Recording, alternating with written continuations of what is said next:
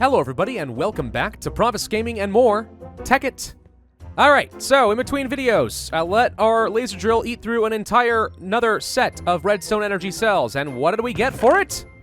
Nothing, really. Nothing great at all, I know. It's very anticlimactic. We got some nether ruby, a little nether gold, some lapis, and so on. I mean, given that it is so easy for me to generate power, this really doesn't cost me a whole lot except for time waiting for these stupid cells to recharge. Yeah, I don't know. This laser drill was a very involved thing to make, and I kind of was expecting a lot more out of it, but it is a little bit of a bust, I would say. If I ever were to upgrade my big reactor to output absolute metric tons of power, let's say quintuple the fuel rods inside of it, then maybe it would be worthwhile, and we do intend on doing that at some point. But for now, oh well, it was a fun experiment, but I'm not going to rely on it. Oh my gosh, hopping up all these stairs like a bunny is killing me. I should have gotten the step assist, but I'm not going to need it in a minute because we have shiny metal, which means I'm going to be able to get my jetpack today. Finally. It's what, is it episode 8 or 9? I think it's 8. Either way, it's taking for freaking ever to give me the ability to fly. But we're going to remedy that today. Now, what did we need to make that work again? We needed, the jetpack required, yes, ion thrusters. Okay. So if you want ion thrusters, we're gonna need a few things. Invar, glowstone, wiring, no problem. Force field emitters, which require tesseract frames that have been filled with destabilized ender, and some wiring and solenoids. This is doable, but in order to make this tesseract frame, we're gonna need enderium, hardened glass, and diamonds. Enderium, of course, is made using enderium blends and pyrotheum dust. And we are gonna have all the ingredients to make this. This is the big trick. So let's start with the pyrotheum dust. Blaze powder, pulverized coal, sulfur, and redstone. Fortunately, we have plenty of these ingredients to go around. So we'll get some of that, maybe a bit of powder, some pulverized coal. Okay, crafting bench. Meh, meh, meh, and meh. I don't actually know how much pyrotheum dust I'm gonna need. Oh, well, apparently I get 62. Well, that's what I get for misclicking. Okay, we also need to grab these shiny ingots, probably all of them, and just pulverize every single one. Now, that may seem a bit dumb. Why take something that's already smelted and pulverize it? Because we need to create our enderium blend, and that's why I have some pulverized tin. I also need some buckets of ender, which I'll just go ahead and fill. I'll fill a couple right there for my portable tank. And now I should be able to place a resonant ender bucket, some tin, shiny metal, and there we go. We get 4 enderium blends for every 1 shiny metal dust that we have, which is great, actually. It means we actually are going to get a fair bit of enderium. We're going to get a full force field emitter for every 1 shiny metal bar that we have. And we have like 16, which means we can get a bunch of them, which is awesome. Let's go ahead and smelt these things up. Actually, what am I thinking? You can't put these in a redstone furnace. Ha ha ha ha, no. You gotta put these inside of an induction smelter. That's the whole reason we got the pyrotheum dust in the first place. Place and place. Here we go. Looks like it actually smelts 2 at a time, which is completely fine with me. I still get the 2 enderium ingots. It's just gonna be a little bit faster and more effective with my pyrotheum dust. Whatever, anyway. I need 8 of these things so I can make 2 force field emitters, which is easily done just by placing these enderium ingots here to get our tesseract frames. Okay. So that's 1 step in the process to get our force field emitters. We have our tesseract frames. Now, we need to fill these things. Y'all know how this works. Yoink! And set to output, then grab here, then put in frame, toggle fill, resonant ender, and I think that's how it's supposed to work. Yes, okay, we're filling up the tesseract frame. Now, eventually, we're going to want to create actual tesseracts, which requires a tesseract frame surrounded by silver and bronze, which is really not that much more of an investment once you've already gotten to this stage, but I'm not going to worry about this quite yet. Perhaps I should, but I will not. So let's place you here. Wire, wire, wire, wire, solenoid, solenoid, 2 force field emitters. That is all we need to get 1, I repeat, ion thruster. We need 4 of these darn puppies. But let's just go ahead and finish out the 1. Invar, ingots, glowstone, and wiring, eh? Alright. Glowstone. I already have the wiring. And Invar, right. Okay. 1 ion thruster. Good lord, what a pain this is. But it's fine. After all this time, I think I can afford to wait a little bit longer. All right, let's see. You go here, you go here. 1, 2, 3. There we go. All right. 4 ion thrusters. How much shiny dust did that leave me with? I think it was 8. Nope, wrong place. 8. Yes, 8 pulverized shiny metal left. That's not a whole lot. We used up half of what we had in order to make this. But that's fine. As long as I don't ever die, we should never need this jetpack again. Install. Finally. All right, how much thrust do we want? All the thrustage. Whoa. Okay, hang on. I need to get outside. Flying indoors? Incredibly dangerous. Here we go. Woo! Uh-oh. Whoop! Okay, there we go. Yep, good. All right, we need flight control. This is amazing, and I love it. Oof. Ow. But flying around without a lot of control is probably not a smart thing to do, right? We need to go to our helmet slot and actually get flight control. What does that require? A control circuit. That's easy enough to get. Hang on. Power suits. Control circuit. Lots more wiring. Redstone, electrum ingots, and glowstone dust. Easy enough. Control circuit. And let's install this into my suit. The Y-look ratio. Whoa. Whoa! How do I turn it off? Stop! No! I can't turn it off! I can't turn it off! I'm going way too fast! Ah! Is this one of those things where I need to have a button? You, go to the multiply symbol. Lock onto that, okay? Turn off. There we go. Apparently flight control decides it should be on at all times, which is not what I wanted. All right. Now, I should be able to hover with flight control, so let's turn the jetpack back on. Did it work? Oh, it's on. Okay, up we get. Hey, look at me. Look at me go. Ah, okay, yes. It's a little bit harder to control than creative flight, I will admit. But I can hover now. Ooh, I just gotta point in a direction and keep pressing forward. And apparently turning is a little bit difficult, but going straight is freaking easy. Look how fast we are. Whee! I'm actually curious, is this faster than creative mode flight? Hang on. Turn it on. Up we get. All right. Go. 1, 1,000, 2, 1,000, 3, 1,000, 4, 1,000, 5, 1,000, 6, 1,000, 7, 1,000. Okay, we hit the tree around 7, right? Now let's go back, and let's try this again with creative mode. Set to creative, and up we get, and 1, 1,000, 2, 1,000, 3, oh my gosh, we're way faster! Jetpacks are superior to creative mode! Of course, if we're going to make this work, we're going to need a lot of power. I think it may be time to start upgrading to proper batteries in my suit. Now, that's a little bit expensive. To get a high-voltage capacitor, you need those redstone energy cell frames and so on. But I got a few of those sitting around. Those are pretty easy to make. It's all old news at this point. Now, really where it's expensive is going to be in the weight department. If we're going to want to have a bunch of big batteries that can hold a lot of energy, we need to lose some weight, shed off a few kilograms. Which means I need to go on a diet, maybe get some exercise, do a few jumping jacks or something. A couple hundred a day will certainly help. Eat lots of salads. Oh, wait, of course. That's not the easiest way to lose weight. The easiest way to lose weight is to get rid of my plating. But wait, you say, if you get rid of the plating, you will be defenseless. True. Which is why I think I'm going to have to upgrade to the energy shield. Much lighter than plating, but they do consume energy. A little bit risky, and yes, it does require force field emitters, and yes, I only just have enough shiny metal to get energy shields on all 4 pieces of equipment. So this would use up the last of my shiny metal, at least until I can find more. But, with proper energy shields and stuff, and flight, maybe I could fly around the nether and get stuff more readily. So it's an investment I think I am willing to make. As long as there's nothing else that I really, really want. Oh, right, a cooling system. That is something we actually do need. Eye of Ender and control circuit. Well, we've already done control circuits. That's easy enough. And of course, Eyes of Ender just require some Ender pearls. 1, 2, 3, 4. And some blaze powder. So that's easy enough to make. So we can easily install this. Install. Power. All right, so how much do we want it to cool us?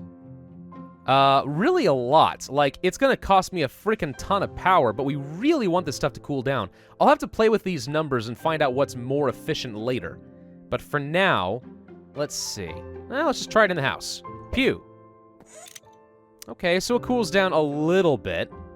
My question is, though, does this help in the nether itself? Pew. Okay, the answer to this actually is yes. There we go. See? The heat bar's going down. Hey, that's a huge improvement over where we were before. Okay, that's good. This is very good. We actually can make this work. Actually, even better with a proper cooling system. I feel like we can probably increase the power of my walking stuff a little bit, right? Yeah? Let's try it now. Woo! I'm a fast boy. And actually, the hilarious thing is, because I have those kinetic generators in my legs, even though I am consuming more power to run faster, it's just generating power even faster. So this is a net positive for me. We can actually make this power stuff even better if we wanted to go for a solar generator on my head. And why go for a basic solar generator when you can go for a high-efficiency solar generator?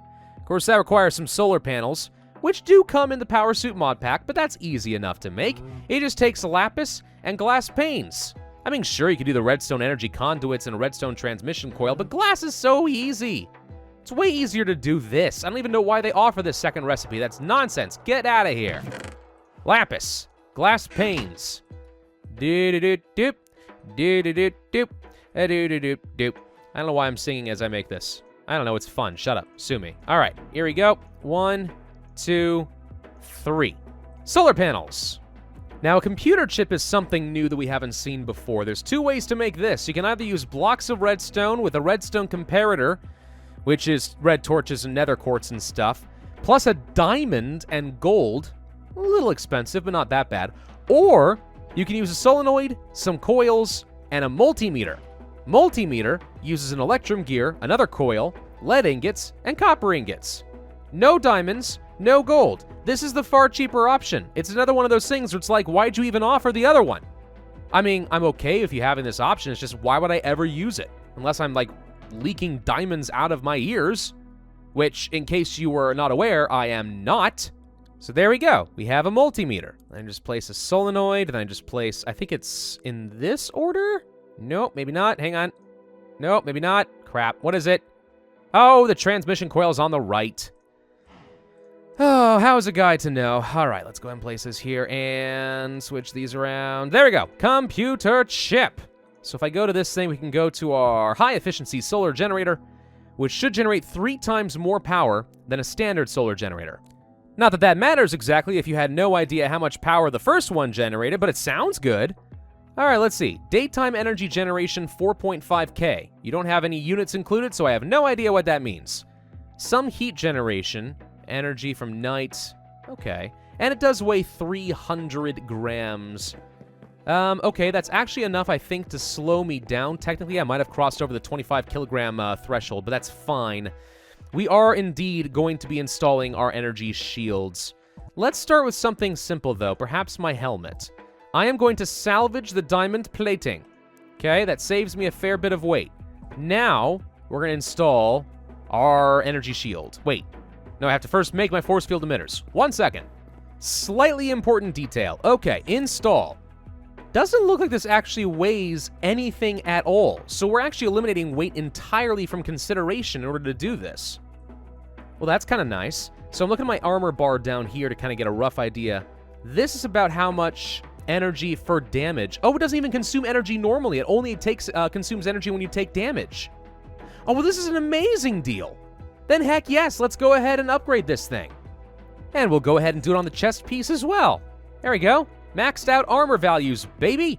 And we don't have nearly as much weight. Now, we do have to make sure that I have plenty of energy capacity. So, I think this is where we're going to come in with the elite batteries. Now, previously I was taking up a good, 5 kilograms for our diamond plating? So if we place an elite battery here, how much storage capacity do we really get for the same weight value? Not as much as I think I was hoping. Well, no, never mind. I'm sorry. 2.33 megajoules? Oh, yeah, I'm sorry. That's a lot. I was thinking it was in kilojoules. No, that is a load of extra power. Okay. Is this upgraded power suit everything I hoped it would be?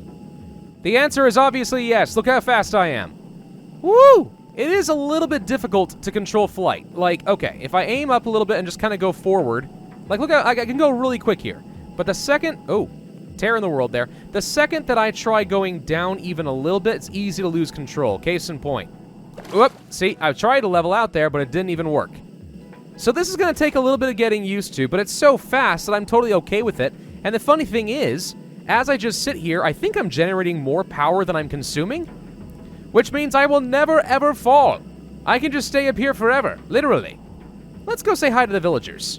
Look at these fools. They have no idea. Look up! Look up here! Maybe you can worship me like the... Well, that didn't go over well last time, did it? Nah, maybe we shouldn't bother. You know, a thought is occurring to me.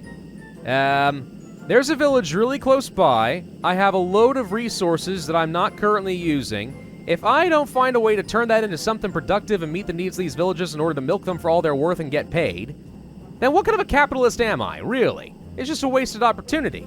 Now, what do these guys need? You know, admittedly, they do seem a little scrawny. I bet you they could really go for some proper food. Proper American cooking. And by proper American cooking, I mean processed to all heck. Yeah, fatten these guys up a little bit. I have been looking for a use for that liquid meat that we've been creating at our slaughterhouse. I wonder, maybe it's time to start experimenting with meat packing technology. Good lord, these animals have produced a lot of poo. You know, that's another thing we could do is actually go ahead and start converting this into some proper fertilizer, too. Which means I could set up large, massive, automated farming operations. You know, we could do both. Suppose that I wanted to open up some sort of a restaurant, a fast service restaurant, you might say, creating mass-produced meat of questionable origins, plus some homegrown, I don't know, carrots and potatoes or something, make a delicious stew out of it. That could be something we could arrange, and that would feed the villagers for days. Now, the thing is, in order to make this work, though, I have to first know that there is a need, right? That's the number one rule of the market, all right? The market exists to provide goods and services wherever there is a need in the market. So long as they have those communal farms, I'm not convinced that there's a need. Fortunately, there's a very easy way to fix that. Just make sure no one's looking. Undetected? Okay. What was that? Hey, spider! Oh, he's doing a little dance. It's like little Lucas the spider. Die. I don't like Lucas the spider. No, I do. He's actually adorable. Okay. Place. Place. Redstone. Redstone. Oops. Jetpack. Fly away! Alright, perfect. I sense that there will be a famine soon enough and a load of hungry customers. Let's get to work. Let's get started with something simple. We want to turn that compressed, liquefied, delicious, questionable meat into something we can actually eat. In order to do that, we're going to need a Meatpacker. Where is that thing? There it is. It's a Meatpacker.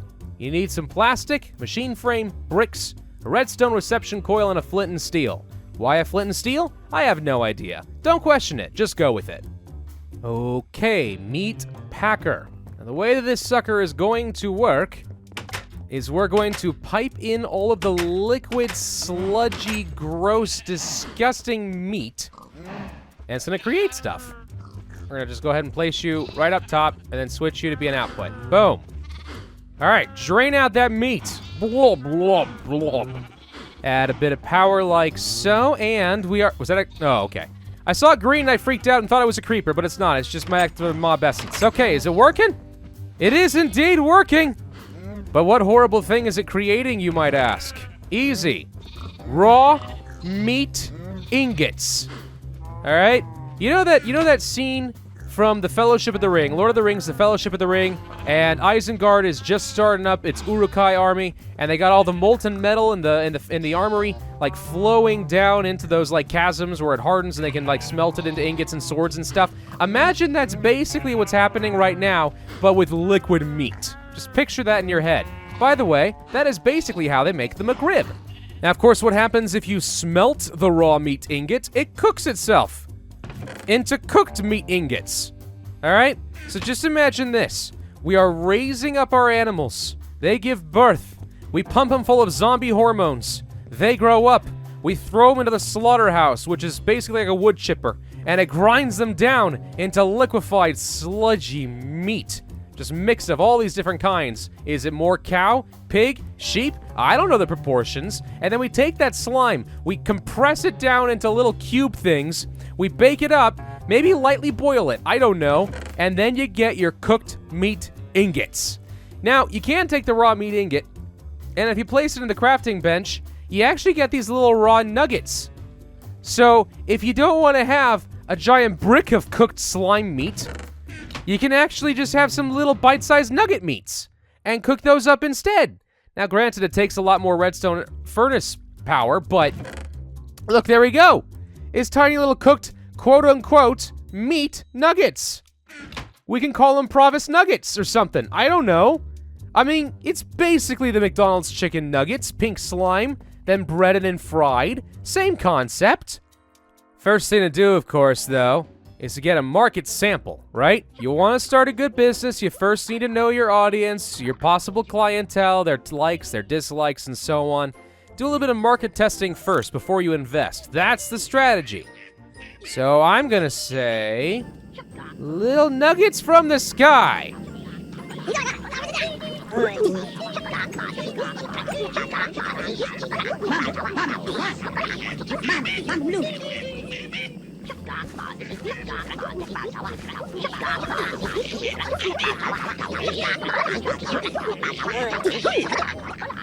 I'm sensing positive results. Hey, this will be great.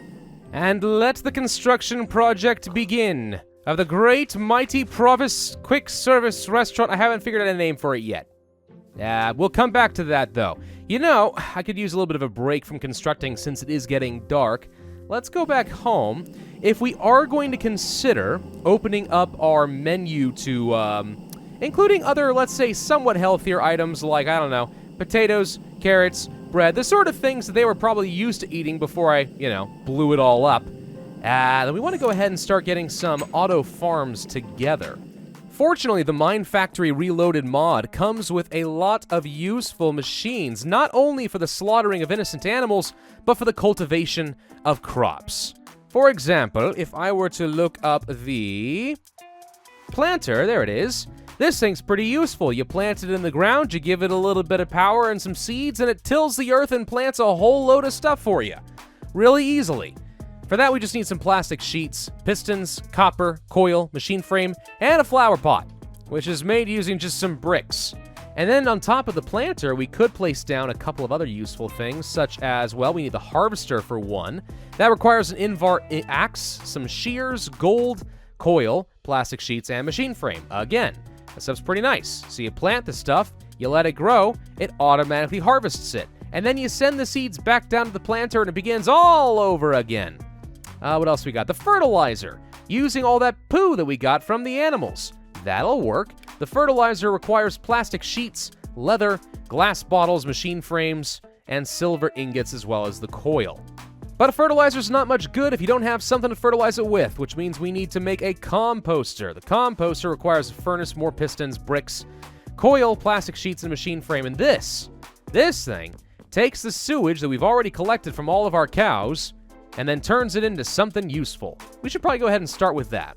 And there we go, we have a composter. Okay, let's go to the barn and we'll start dumping in some poo and see what happens. So I'm gonna go ahead and place that thing right there. Let's power it up, or wait, maybe it has to be around to the side. Can you actually change the front here? Oh, you can. Oh, what do you know? All right, so we'll have power that away. There we go. And then all we should need is a bit of pew. Grab you. Thank you. Place here. Out. Put. Does that work? Well, it's full of sewage. It's doing its thing. Is it gonna dump in? Yes. Industrial fertilizer. Well, that was super easy. All right, we'll just let that run for a while since it doesn't actually take a lot of sewage in order to make a pretty good amount of fertilizer. That tank will keep it busy for a good long while. Let's try making that planter next. Like so. Okay, now we have a planter. But there's not much point in planting anything if we can't harvest it, so let's make the harvester.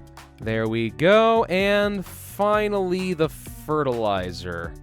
which required the leather and silver. Right. The thing that's really convenient about Mine Factory Reloaded recipes is they always have the same, like, half of the components, no matter what you do. Plastic sheets, machine frame, and a redstone reception coil. It's always the same, and then a couple of other little odds and ends here and there. Actually, you might want 2 of these things, fertilizers and harvesters. All right, let me build another bunch. Oh, hello there, buddy. I was about to say, let's go and build the thing, but I see that I have guests. What do you think you're doing? Get out of my house! Hey, that works. That's proper home defense right there. Hey, you too, die! Okay, this seems like a good enough area to place down a basic farm, so let's head underground. This is a heck of a lot easier to make your machinery and your pipes and stuff work if you open up some space under the ground. Doesn't really make sense from a physics standpoint for a farm, but for the sake of Minecraft, it's great. All right, we're gonna place a planter right here, I think. And just to fill this block in, let's just go ahead and place down some water. It doesn't need much. I mean, heck, it might moisten up the soil in a small patch, I guess. I don't know. Anyway, okay. So we have our planter down. The question then becomes, what do you do with it? Well, we have potatoes. We have some seeds, just as a quick little test. If we power this sucker up, then we should be able to tell it to plant in specific areas. You see these little quadrants up here. Northwest, north, northeast, and so on. Let's say that I want to have these areas, the entire north section with seeds, and the entire middle section with potatoes. Yes? And then I'll place a whole stack of seeds and potatoes right in here. All we need to do now is power this sucker, and it's automatically going to try to plant those seeds. So for starters, let's go ahead and place down a redstone energy cell, I don't know, right over, here I guess is fine. And then we are going to power it up like so. Now, that did not work for some reason. Oh, right, because it hasn't got an output. Duh, there we go. Okay, now we're powered up, and it should automatically try planting all this stuff. Let's go see what it did. Well, what do you know? It tried to plant some stuff. There's the north right here, and here's the south, because that was an empty state, so it just kind of planted whatever it had available at the time. Get rid of that grass right there, and it should, there we go, there's a potato in a nice little line right here.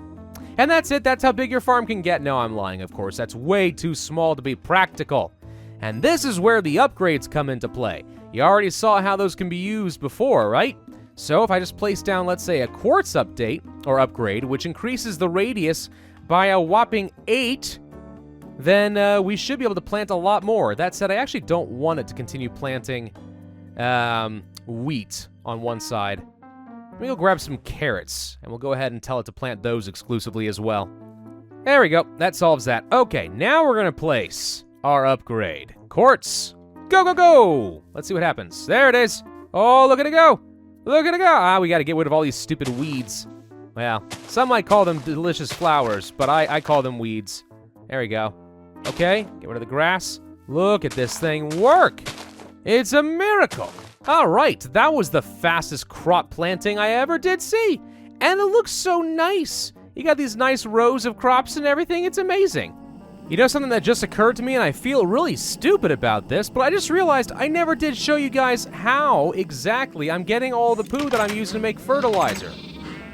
Because I had to cut that footage, because the last video was too long. Hang on, I'm so sorry. Let's go take a look at something real quick. Right down in the middle, I planted something called a sewer. Now, a sewer is easy enough to make, and you get 4 of them. That requires just some bricks, pneumatic servo, and a bucket to collect all of the poo and stuff. And I planted one down in each of the little pens down here, so that as the animals populate the area, their poo will naturally start flowing out, and then it'll get collected and put into tanks. That is something I should have shown at the beginning of this video, and I totally forgot, and I do apologize. That's why we have all this nonsense right down here anyway. The other thing that's really relevant here is that I did make use of the upgrades. I did a bronze one because I kind of wanted something cheap, which increases the radius, the effective radius of the sewer. I think by default it only has like a 3x3 area. So by increasing the radius, I can make sure that we collected every bit of poo out of this entire pen. Now in this one, it's not such a big deal, but down over here where there's actually a lot of animals, or a lot of babies over there, for example, then yeah, you wanted to make sure that you had plenty of range to collect everything. Waste not, want not, yes? Now the upgrades themselves are not all that difficult to make. Let's take a quick look-see at those.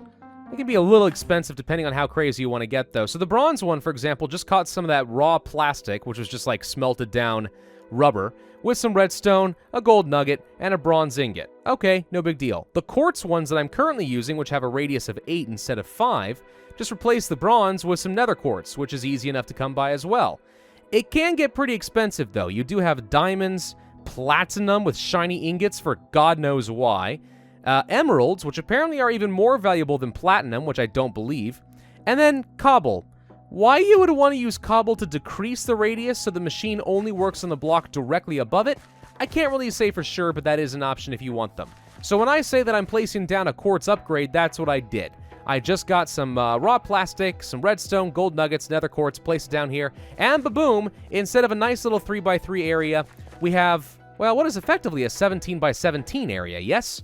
So, yeah, way more effective to do that. Upgrades are important. Now, going back to where we were before, as these crops are growing, we're going to want to speed up that growth process, aren't we? I think so. Let's go ahead and place down those fertilizers we have been talking about before. And, of course, we will need to power those things as before. So, if I just come around over here, there we go.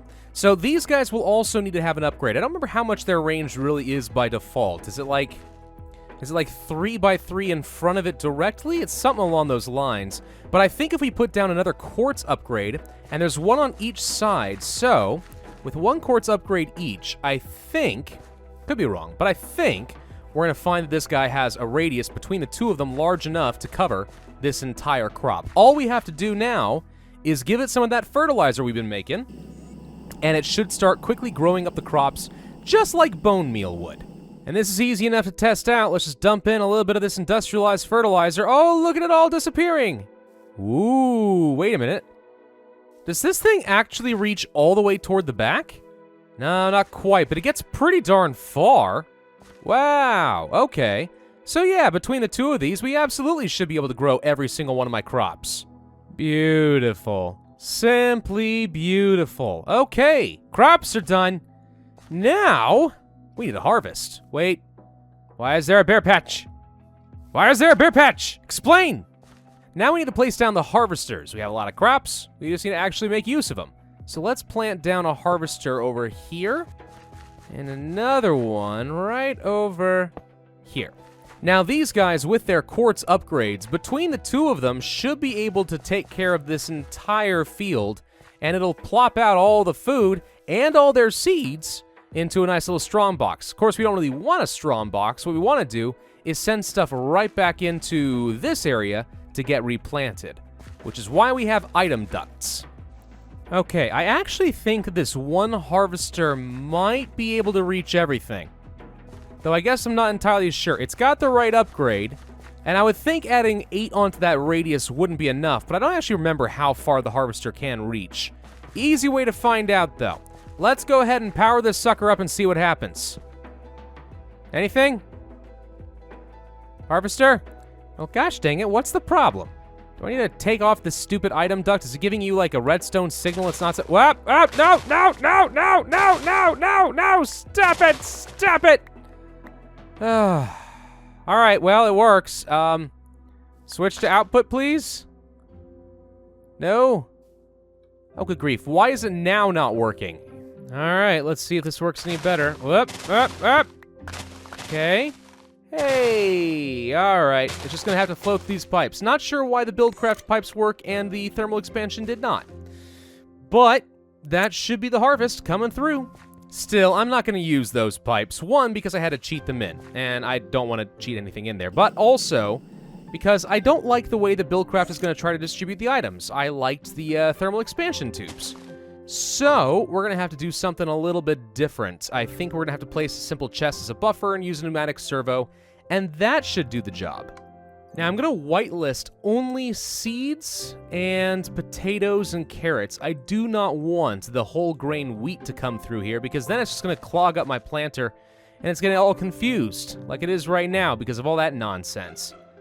So yeah, just seeds, just the replantable stuff. Everything else should remain up in the box.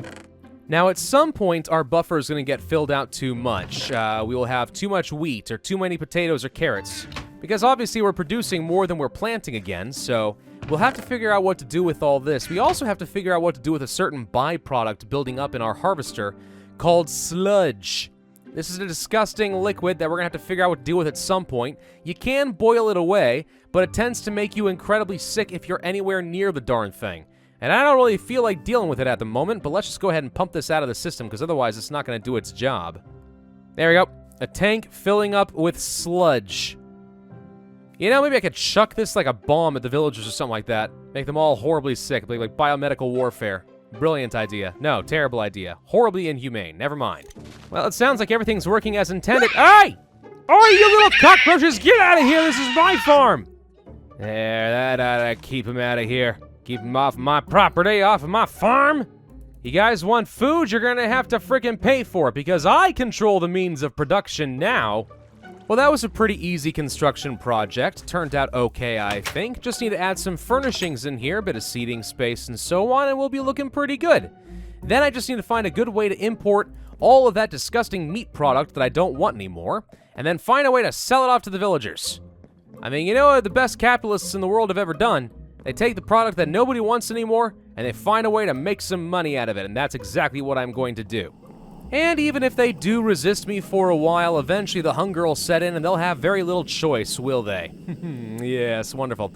Alright, well I think that's a good enough place to end today's video, but thank you all very much for watching. I do hope that you enjoyed. If so, then I would ask that you consider hitting that like button, leave a comment, and subscribe, and I will see you guys next time.